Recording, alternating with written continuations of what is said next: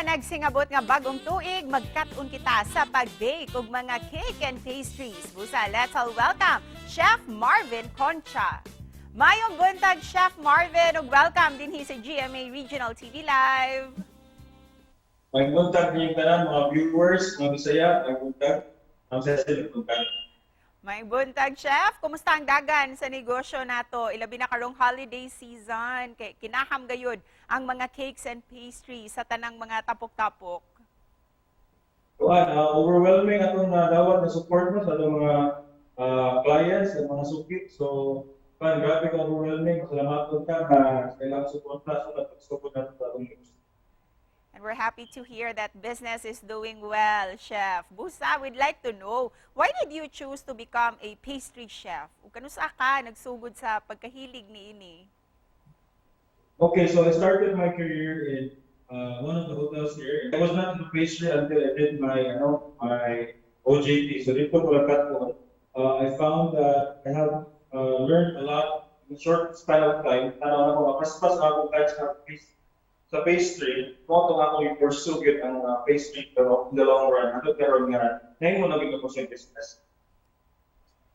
Chef, para mas ma-improve pa nimo ang imuhang mga skills, what trainings and certifications ang imong gi-pursue para ma-achieve gayud ang imuhang goals? Well, dagan actually, after sa trabaho ko, I continued learning. I studied in pastry schools in Manila, chocolate classes in Singapore, master classes to be exact. O makita usab na mo, Chef, sa imuhang social media accounts nga ubay-ubay ang mga flavors and designs that you offer. Pero para kanimo, unsa ang imuhang ma-recommend ilabi na for medianoche? Exactly. So for medianoche, as you said, daghan kag mga assorted flavors, no, daghan ang mga bestsellers, pero kanya akong ma-recommend kanya itong 4-in-1 cake o 8-in-1 cheesecake. Busa, this morning, Chef, ipatilaw nato sa atong mga kapuso ang imong dalit kanamo nga dessert. So sa atong buhaton there is glazed cake. So atong base sa chocolate cake, usa na sa atong mga best sellers sa among shop. So karon mag-glaze ta. Glazing means ato i-coat siya something that is very shiny. So lahi ang effect. So everything that is shiny sa inyong table, nindot siya. I present during New Year or any occasion. No, that's it. So, muna itong coating. Magenta is color of the year. So, muna itong i-represent in this demonstration. Okay. Give accent at the put on white accent. So mostly akong cakes they have with the modern touch. Usa ni sa akong mga best sellers. So for this medianoche, akong i-recreate niya na itong ma-represent ang color of the year. So diha, kita niyo magenta color with shades of accent white. Then ito din siya i-garnish.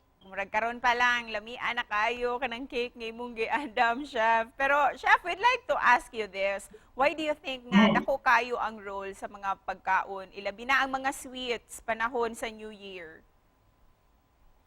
Actually, food is representation of abundance, no?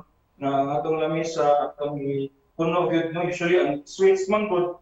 Usually mo yung mga pagkaon na colorful. So kasagaran mo yung mabuta ma-highlight sa atong mga lamisa, no? So ano na kung ano ang reason why ang sweets pirmi nilang or bida gyud na siya sa atong mga lamisa. And Chef, as we welcome the New Year 2023, unsay New Year's message nimo para sa atong mga kapuso? Of course, as always, first atong mga Bisaya nyo, so magpasalamat ko sa previous na mga competition sa Manila. Kaya grabe nga support na kikita na mo, which we won the Cake Wars Championship. Also, sa atong mga clients, of course, pasalamat sa ilang support. To all Cebuanos, Visayas region, no? Napaka-resilient yun nato sa atong mga gikan. Grabe madasigon sa atong mga ipangbuhat. So always keep in mind that this year may bring another challenge, but it's another chance for us to prove ourselves nga lingkod yun ang mga Bisaya. So kung sa mga kalisod o kaagi, Alright, hapit na mahuman si Chef. Ato ipakita ang cake. There. okay?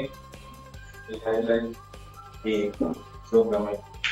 Wow, perfect gayon for medianoche. Thank you so much, Chef.